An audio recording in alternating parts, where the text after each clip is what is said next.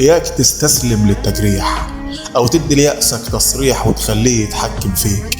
افرد جناحاتك واصحى وفوق، بكرة الأيام تضحك وتروق. الشمس إن رحت لسكتها عمرها ما تسيبك وتغيب، في ناس هتساعدك في الرحلة وهيخلوك تطلع ولفوق. عشنا أيام ما كانتش لطيفة، كنا بنحارب الكل بطولنا، كنا بنكمل جوعنا دموع، كنا بننام ودماغنا سهرانة خايفين من أحلامنا تضيع.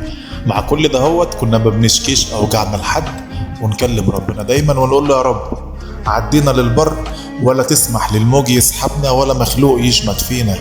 عشنا ايام لو الناس غيرنا كانوا عايشينها كانوا ماتوا من الخوف اللي هيحصل بالوقعة الطينة. شفنا الناس من غير قناعات، عندك مثلا اقرب اصحاب كانوا ويانا لما لقونا في شدة وضيقة باعونا بدون ما يقولوا سلامات.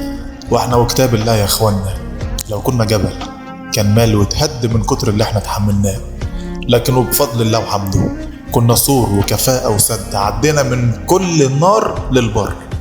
وفهمنا الدنيا دي متأخر، ان الصحوبية ماهيش دايما، وان اقرب ناس من دمك عادي جدا يبيعوكوا في ثانية، وان انت الفرداني بطولك، انت اللي بايدك تعمل نفسك محدش غيرك هيساعدك، انت اللي بايدك تنجح جدا واسمك كل الناس تحكيه، انت اللي بايدك تاكل الشوك من غير ما يجرح فيك واذيك، وانت اللي بايدك برضه تموت وبايدك تغرس في الطين ولا حد هيسمع لك صوت لو خفت تكمل ومشيت.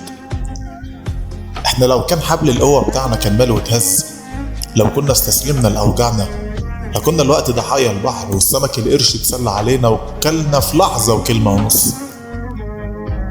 لو كنا يئسنا وسلمنا وقلنا ما عدناش هنقدر نصلب طولنا، لكانت الناس كلها دلوقتي بتقرا الفاتحة على أحلامنا. بس احنا حقيقي ما يئسناش وعاندنا الدنيا بكل ما فيها، ومشينا على الصخر في عز الحر ونزلنا البحر في عز الموج ولحد ما أخدنا الكاس.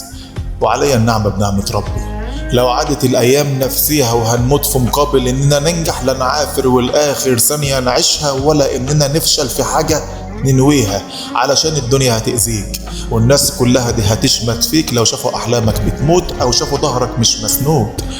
انت في دنيا الواحد فيها الناس بتخافوا لو كان عالي ومقامه كبير ونفوذه طايلة، أما إن كنت مهمش فيها هتلاقي كل الدبان على جسمك رايح جاي بيمشي عليك.